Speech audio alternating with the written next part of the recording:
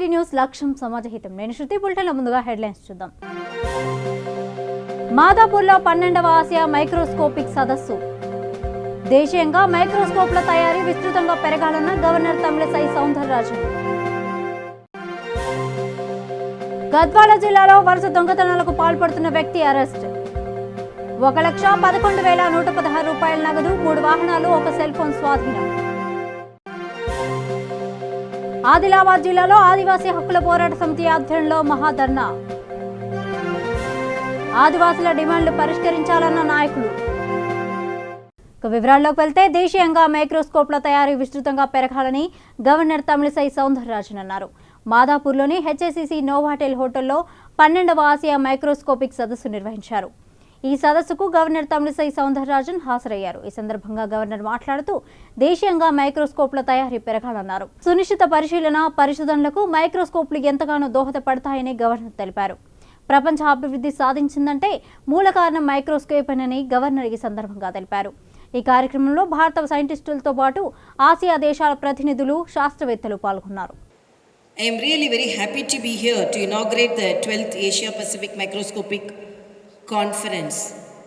And I am surprised to hear that I know once in 4 years this conference has been held. And after 55 years, almost probably in India the conference would have been there when I was born. Now I am inaugurating this conference, so that is the beauty of this conference. Really, I am very happy, and I am standing not as a gardener, as a doctor, as a medical student who admirably saw the microscope. That was the only advanced gadget we came across in the first year of our medical life. So really, when our organizers approached me today, I was about to leave to Visakhapatnam. When I heard about the conference and about the participants, that is, as it is herely mentioned, the participants are engineers, doctors, scientists and students. And after hearing about this conference, and as I already told, as a medical student was admired the first medical gadget we came across, the microscope. After hearing about the conference, I rescheduled my program to Visakhapatnam so that I should definitely come to this conference and should be supportive to each and everyone. That I really am very happy that I made that decision. To meet experts from all over the world, and I'm sure the outcome of this conference will be very beneficial for all the researchers. India is one of the leaders in the area of research in microscopy, and many of our researchers are internationally well known in this area. They have laid a very strong foundation for this field in the country, and I'm sure the younger generation will carry this legacy forward. Thank you. How would be the 4 days conference? So the organizers have made a very good, minute, detailed program where they have divided it into 3 areas. One on life sciences. As you must be aware, the coronavirus, which is now causing news all over the world, that can also be studied using a microscope to find antibiotics which can stop the spread of this virus. So this research is happening within the country as well as throughout the world. In addition, in this program, there is a focus on how microscopy can be used in material sciences and how new techniques in microscopy can be developed. So all these 3 issues will be addressed in this conference, and I'm sure every participant will benefit by attending this conference for 5 days. This is an Asia Pacific event which happens after 4 years, and in India it is coming after 55 years. We are very, very happy to host it in Hyderabad for the first time, and that too also is a happening city, So there are 17 countries people are coming in this conference for the next 5 days, where we will be having 600 technical paper presentation.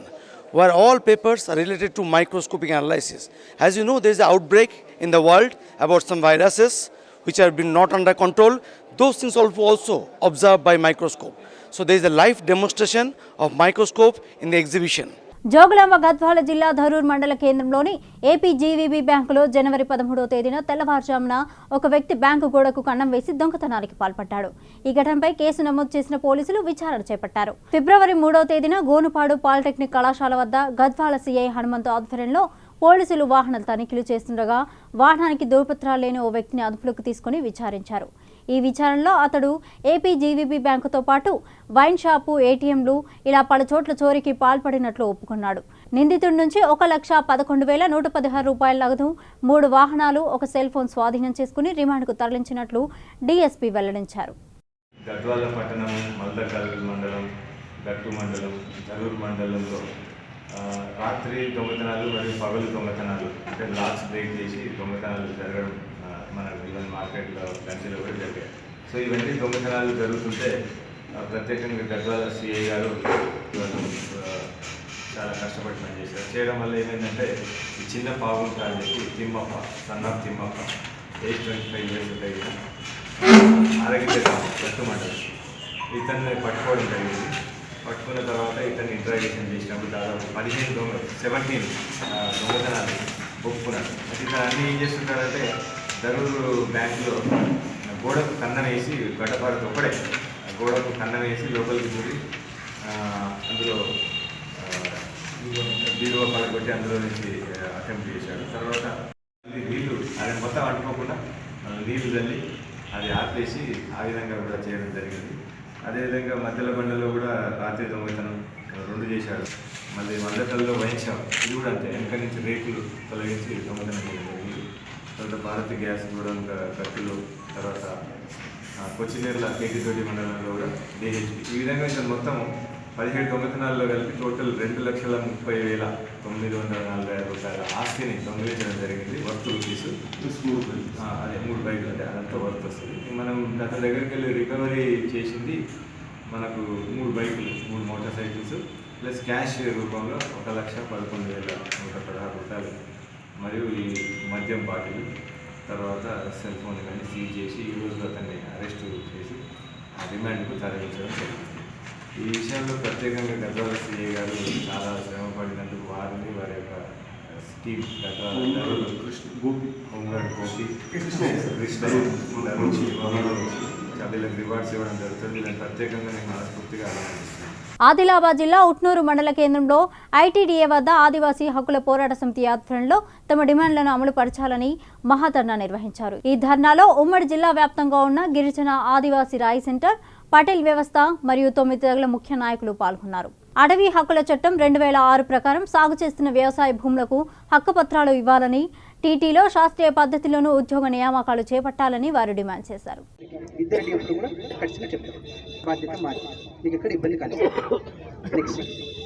రెండో issue వచ్చేసి TRT verification చాలా పకడ్బందీగా చేశాం. సమయం కొంత ఎక్కువనే తీసుకున్నాం. ఎందుకు అధికారులకు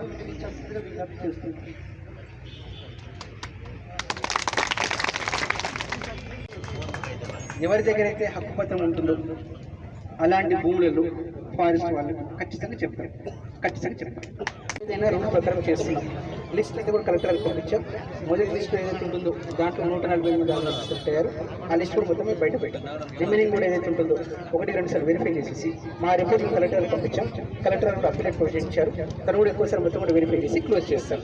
ఇక్కడ కూడా మీకు ఇబ్బంది కానివ్వాలి. మూడో ఇష్యూ ఏం చెప్పారు, ఒక 1,500 మందికి కొత్త పాస్బుక్స్ ఇచ్చాం. కాబట్టి ఇప్పుడు మోరల్లీ సందర్భంగా కూడా హక్కుపత్రాలు ఉన్నాయి, లేకుండా మాత్రం వదిలేరు. కానీ ఒకవేళ అప్పుడు మిస్ అయిన వాళ్ళు ఉన్నట్టయితే వాళ్ళ దగ్గర ఖచ్చితంగా పూర్తి చేస్తాం. బాధ్యత మాది. అదే సార్ వెళ్ళిపోతే బాధ్యత కాదు. ఆల్రెడీ ప్రాసెస్ మొత్తం కంప్లీట్ చేసాం. తెలుసు. కాబట్టి ఎవరు కూడా మిస్ కానీ ఎందుకంటారంటే మీకు చాలా జెన్యున్ సమస్య. మన ఎంపీ గారు విషయం కూడా అదే విషయం చెప్పారు. ఏం చెప్పారు సార్, హక్కుపత్రాలు ఉన్నాయి కానీ ఎక్కడ ఎవరిని ఇబ్బంది పెడుతున్నారు, హక్కుపత్రాలు ఉన్నది. ఆ వివరణ మీద స్పష్టంగా తెలియజేయండి.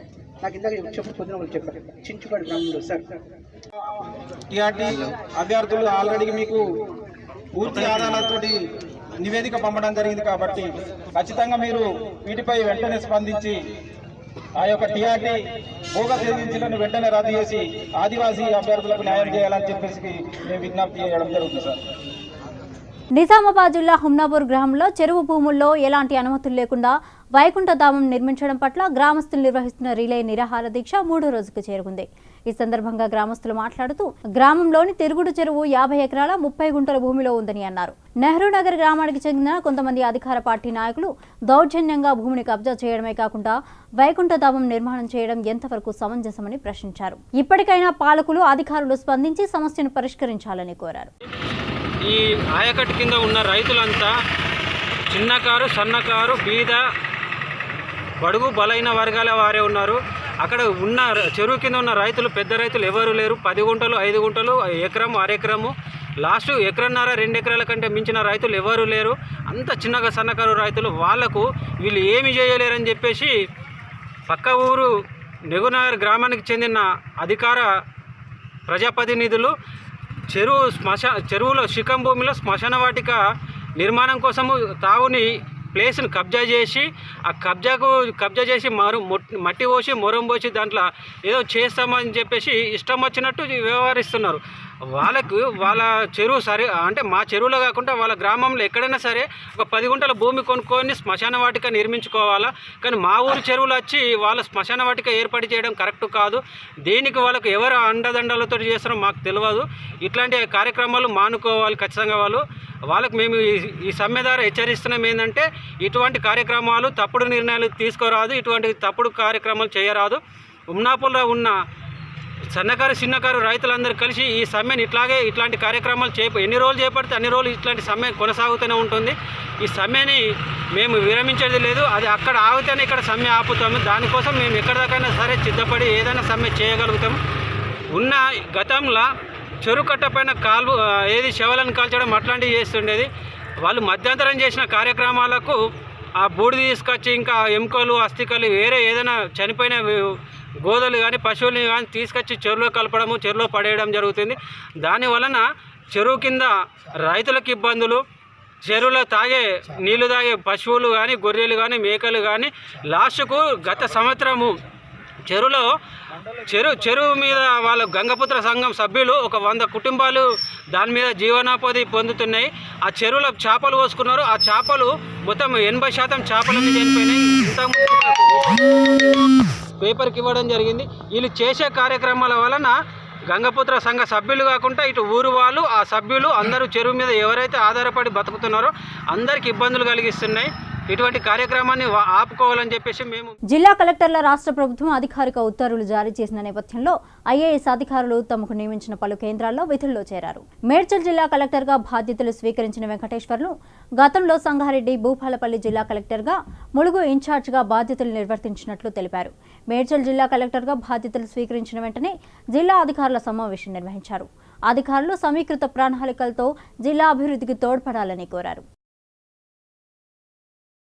రాజన్న సిరిసిల్ల జిల్లా ఇల్లంతకుంట మండలంలో ప్రాథమిక వ్యవసాయ సహకార సంఘం ఎన్నికలు ఈ నెల 15వ తేదీ రోజున నిర్వహిస్తున్నట్లు మండల ఎన్నికల అధికారి శ్రీనివాస్ తెలిపారు. ఈ సందర్భంగా శ్రీనివాస్ మాట్లాడుతూ ఈ నెల 6, 7, 8 తేదీన నామినేషన్ల ప్రక్రియ, 9వ తేదీన నామినేషన్ల పరిశీలన, 10వ తేదీన నామినేషన్ల ఉపసంహరణ, తుది జాబితా మరియు గుర్తుల ఎంపిక, 15వ తేదీ రోజున ఉదయం 7 గంటల నుంచి మధ్యాహ్నం 1 గంట వరకు ఎన్నికల నిర్వహణ, మధ్యాహ్నం 2 గంటలకు ఎన్నికల ఫలితాలు వెల్లడించి గెలిచిన అభ్యర్థుల జాబితా విడుదల చేస్తామని తెలిపారు.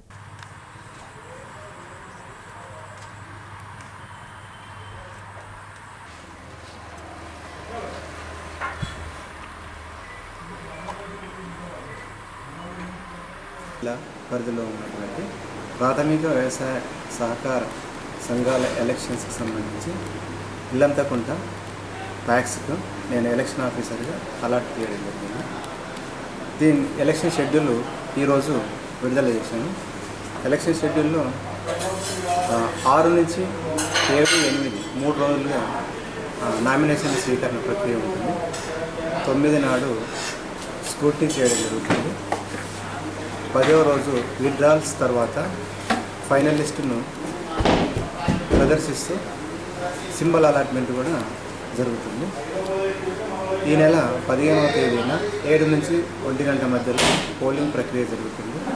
1 గంట తర్వాత 2 గంటలకు అదే రోజు కౌంటింగ్ ప్రక్రియ కంప్లీట్ అయి గెలిచిన అభ్యర్థుల జాబితాను తెలియజేయడం జరుగుతుంది.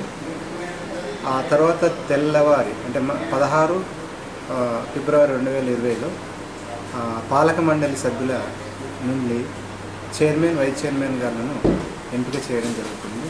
దీంతో ఈ ప్రక్రియ ఎన్నికల ప్రక్రియ పూర్తవుతుంది. పెద్దపల్లి జిల్లా పాలకుర్తి మండలం గూడూరు, వేమ్నూరు 2 గ్రామాల మధ్యలో నిర్వహించనున్న సమ్మక్క సారాలమ్మ జాతర ఏర్పాట్లను రామగుండం ఎమ్మెల్యే కోరుకంటి చందర్ పర్యవేక్షించారు. ఈ సందర్భంగా ఆయన మాట్లాడుతూ ఈ జాతరకి ఏర్పాట్లను పూర్తి చేసిన నేపథ్యంలో 2 గ్రామాల సర్పంచులను అభినందించారు.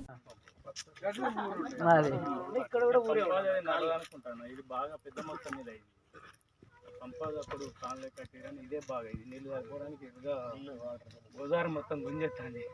ఇది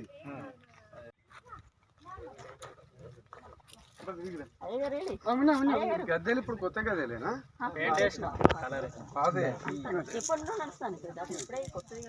తర్వాత గూలువాడ తర్వాత మీరేనా?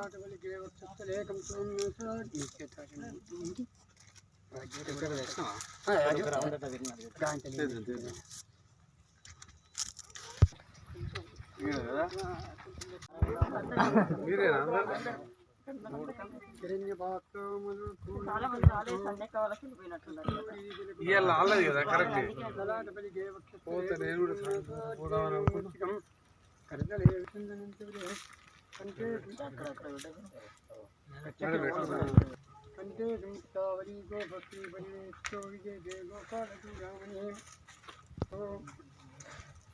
దక్షిణ పర్యంతం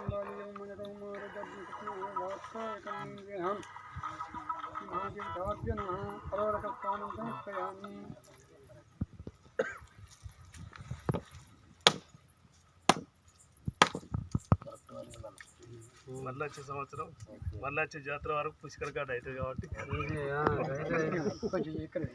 జోగులాంబ గద్వాల జిల్లా కలెక్టర్ శృతి ఓసా బాధ్యతలు స్వీకరించారు. ఈ సందర్భంగా ఆమె మాట్లాడుతూ గతంలో జీహెచ్ఎంసీలో అడిషనల్ కమిషనర్గా బాధ్యతలు చేపట్టినట్లు తెలిపారు.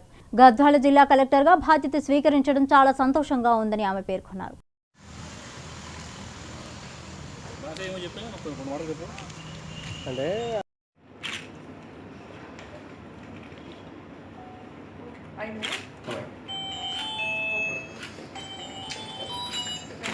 Small voice, madam.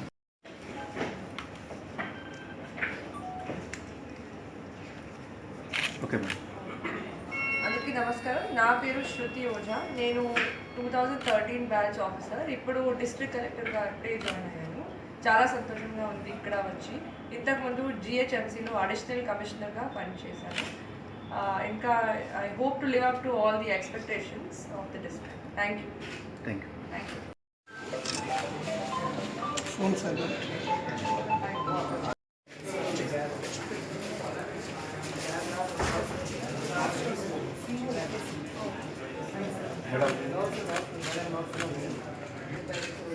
మహబూబాబాద్ జిల్లా డోర్నకల్లోని 13 వార్డులకు సొసైటీ ఎన్నికలు నిర్వహించనున్నట్లు CEO Sardar election officer Ramakrishna తెలిపారు. ఈ సందర్భంగా వారు ఎలక్షన్ నిబంధనల గురించి వివరించారు.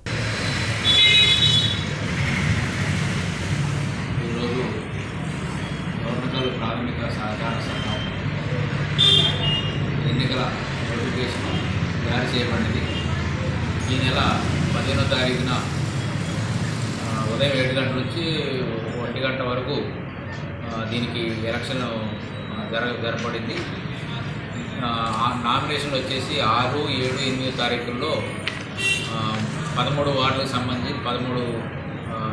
సంబంధించి నోటిఫికేషన్ ఈరోజు విడుదల చేయబడింది. మొత్తం వచ్చేసి ఈ ప్రాథమిక వ్యవసాయ సహకార సంఘంలో 3170 మంది ఓటర్లు ఉన్నారు. 13 వార్డులకు సంబంధించి రిజర్వేషన్ వారీగా ఏ వార్డుకి ఏ రిజర్వేషన్ అనేది ఈరోజు పూర్తిగా నోటిఫికేషన్లో విడుదల చేయడం జరిగింది. రాజన్న సిరిసిల్ల జిల్లా ముస్తాబాద్ మండల మోహినికుంట గ్రామంలో సహకార సంఘం సొసైటీ ఎన్నికల సమావేశం నిర్వహించారు. ఈ కార్యక్రమానికి ముఖ్య అతిథిగా మాజీ టెస్కాప్ చైర్మన్ కొండూరి రవీంద్రరావు హాజరయ్యారు. ఈ కార్యక్రమంలో ఆయన మాట్లాడుతూ తెలంగాణ రాష్ట్ర ప్రభుత్వం రైతాంగానికి చేసిన సేవలను గుర్తు చేసుకుని అధికారంలో ఉన్న టీఆర్ఎస్ పార్టీ అభ్యర్థులను గెలిపించుకుంటే సహకార సొసైటీలను మరింత అభివృద్ధి చేయవచ్చని పేర్కొన్నారు. ఈరోజు పోర్తుగల్ సొసైటీ సింగిల్ విండో ఎన్నికలను పురస్కరించుకొని 16 గ్రామాల నుండి టీఆర్ఎస్ పార్టీకి సంబంధించిన నాయకులందరూ, అన్ని హోదాల్లో ఉన్న నాయకులందరూ కూడా మోహినికుంట గ్రామంలో ఒక సమావేశం ఏర్పాటు చేసుకోవడం జరిగింది. గోపాలరావు గారి ఆధ్వర్యంలో గత 7 సంవత్సరాలు చైర్మన్గా పోర్తుగల్ సొసైటీకి సేవలు అందించిన బాబురావు గారితో పాటు సెస్ డైరెక్టర్ విజయరామారావు గారు, ఇతర పెద్దలు పార్టీ ఆదేశాల మేరకు, కేటీ రామారావు గారి ఆదేశాల మేరకు ఇక్కడ సర్పంచులు, ఎంపీటీసీలు, రైతు సమన్వయ సమితి అధ్యక్షుడు, అదేవిధంగా ఫోరం అధ్యక్షులు, సర్పంచ్, ఎంపీటీసీ, జెడ్పీటీసీ గారు, మర్చిపోయిన జెడ్పీటీసీ గారు వారు అందరూ కలిసి సమావేశమై రైతాంగానికి టీఆర్ఎస్ ప్రభుత్వం చేసిన సేవలను మరొకసారి రైతుల దగ్గరికి వెళ్ళి గుర్తు చేసి,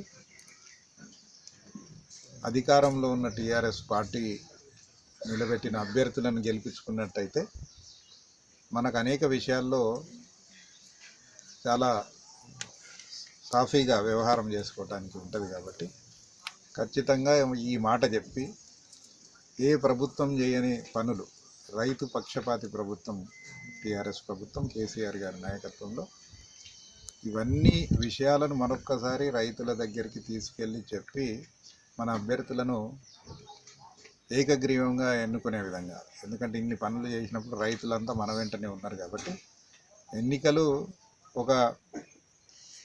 ఇది ఏంటంటే ఒక ప్రక్రియ. ఈ ప్రక్రియను పూర్తి చేసుకునటానికి అంటే నామమాత్రమే ఉంటుంది. అందరూ కూడా మన వెంటనే ఉన్నారు. మన పార్టీ నిలబెట్టిన అభ్యర్థులను రైతులు ఖచ్చితంగా బలపరుస్తారు, గెలిపిస్తారు. కాబట్టి ఈ విషయాలన్నీ కూడా వారికి చెప్పి ఎన్నికలను సుగమంగా క్లోజ్ చేసుకొని అన్ని సొసైటీస్ అన్నీ కూడా గెలవాలి అని వారు ఆదేశాలు ఇచ్చింది. దాంట్లో భాగంగానే ఇక్కడ ఈ సమావేశం ఏర్పాటు చేసుకొని అభ్యర్థిని కూడా ఖరారు చేసి బాపురావు గారిని మరొకసారి వారు అందించిన సేవలను గుర్తించుకుంటూ మరొక్కసారి వారికే అవకాశం ఇవ్వాలి అధ్యక్షునిగా. గ్రామాల్లో డైరెక్టర్లను కూడా మన యునానిమస్గా ఏకగ్రీవంగా వాళ్ళందరినీ కూడా గెలిపించుకోవాలి. అన్ని పార్టీలకు అతీతంగా ఇది, ఎందుకంటే సింగిల్ విండో విధానం ఏదైతే ఉన్నదో అన్ని పార్టీలకు సంబంధించిన రైతాంగం ఉంటుంది. ఇది ఒక ఉద్యమ స్ఫూర్తితో నడిచే మూమెంట్ కాబట్టి దీనికి ఇతర పార్టీ వాళ్ళని కూడా మనము నచ్చజెప్పి ఒప్పించి మనం నిలబెట్టిన అభ్యర్థిని ఖచ్చితంగా గెలిపించుకోవాలని వారి ఆదేశాలు ఇచ్చింది. అదే దిశగా ఇవాళ ఇలా కార్యక్రమం చేసుకోవడం జరిగింది. అత్తాపూర్లో ఈగోవాస్ సర్వీస్ సెంటర్ను డిప్యూటీ మేయర్ బాబా ఫసీయుద్దీన్ ప్రారంభించారు. ఈ కార్యక్రమంలో CEO Umamaheswararao, Mahendra general manager Suvith Chowdary తదితరులు పాల్గొన్నారు.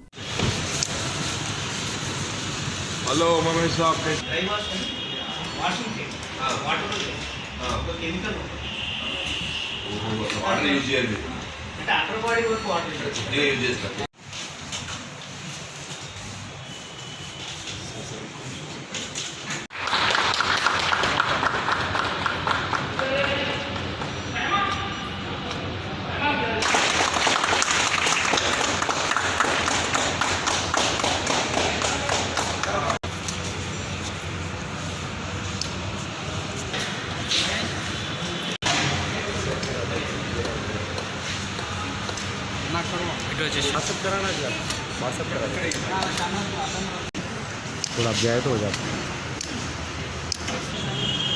మ్యానుఫ్యాక్చర్స్ ప్రైవేట్ లిమిటెడ్ తరఫు నుంచి ఈ డ్రై వాష్ అనేది ఇంట్రడ్యూస్ చేయడం జరిగింది. ఈ డ్రై వాష్ వల్ల ఏంటంటే ఇవాళ మనకున్న ప్రస్తుత ప్రాబ్లం నీళ్ళ సమస్య, దాని నుంచి మనం కొంతవరకు కామన్ సోషల్ రెస్పాన్సిబిలిటీ కింద కొంతవరకు నీళ్ళని అనేది సేవ్ చేసే ఒక ప్రణాళికలో దీన్ని ఇంట్రడ్యూస్ చేయడం జరిగింది. దీంతో ఏంటంటే లీటర్లు వాటర్ వేస్ట్ చేయకుండా ఒక కెమికల్తో ఈ డ్రై వాష్ అనేది చేయడం జరిగింది. సో సార్ నార్మల్గా వాటర్ సర్వీస్కి ఎన్ని లీటర్స్ కన్జ్యూమ్? వాటర్ వాషింగ్కి ఒక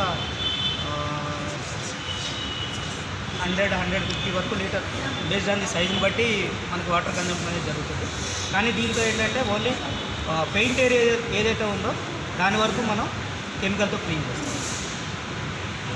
చార్జెస్ ఎలా ఉన్నాయి సార్? లేదండి, చార్జెస్ ఇంతకుముందు మామూలుగా వాటర్ వాషింగ్కి ఎంత అయితే ఉంటుందో అదే చార్జెస్ ఉంటుంది. అంతకన్నా కొన్ని సైజుని బట్టి తక్కువ కూడా ఉంటుంది. హైదరాబాద్ నుండి కరీంనగర్, కోరుట్ల, మంచిర్యాల, జగిత్యాల వెళ్లే రహదారి మార్గంలో వెళ్లే ఆర్టీసీ బస్సుల తీరు ప్రయాణికులను తీవ్ర ఇబ్బందులకు గురిచేస్తుంది. రాత్రి సమయాల్లో భోజనం నిమిత్తం ఎక్కువ సమయం తీసుకుంటూ ప్రయాణికులను అసహనానికి గురిచేస్తున్నారు. దీనిపై ప్రయాణికులు ప్రశ్నించగా ఇష్టారాజ్యంగా వ్యవహరిస్తున్నారని, ఇప్పటికైనా డిపో మేనేజర్లు, ఆర్టీసీ ఆఫీసర్లు స్పందించి ప్రయాణికుల సమయం వృధా కాకుండా చర్యలు తీసుకోవాలని కోరారు. ఏం మాట్లాడతాను చేసిన తప్పి చూసాక ఇంకా వెళ్ళకుండా చెప్పు 10-20 నిమిషాలు నువ్వు ఆపి బండి ఇక్కడ ఏం మాట్లాడతాను? ఎంతసేపు అయ్యా? అరే నువ్వు ఎక్కడంటే అక్కడ మధ్యలో ఆగుతా అవుతుందానే? అరే నువ్వు 9కే హైదరాబాద్ నుంచి సికింద్రాబాద్ నుంచి వెళ్ళినావు, అక్కడనే తిరిగినా మరి ఏం మాట్లాడతావా నువ్వు? ఏం అవసరం లేదు. ఎందుకు నువ్వు అనవసరంగా ఏంది నీ పేరేంది? నా పేరు మోను. బులెటిన్ ముగించే ముందు హెడ్లైన్స్ మరోసారి చూద్దాం. మాదాపూర్లో 12వ ఆసియా మైక్రోస్కోపిక్ సదస్సు. దేశీయంగా మైక్రోస్కోప్ల తయారీ విస్తృతంగా పెరగాలన్న గవర్నర్ తమిళసై సౌందరరాజన్. గద్వాల జిల్లాలో వరుస దొంగతనాలకు పాల్పడుతున్న వ్యక్తి అరెస్ట్. 1,11,116 రూపాయల నగదు, 3 వాహనాలు, 1 సెల్ ఫోన్ స్వాధీనం. ఆదిలాబాద్ జిల్లాలో ఆదివాసీ హక్కుల పోరాట సమితి ఆధ్వర్యంలో మహాధర్నా. ఆదివాసుల డిమాండ్లు పరిష్కరించాలన్న నాయకులు. ఇవి బులెటిన్ అప్డేట్స్. మరిన్ని అప్డేట్స్ కోసం చూస్తూనే ఉండండి వీటీ న్యూస్. లక్ష్యం సమాజహితం.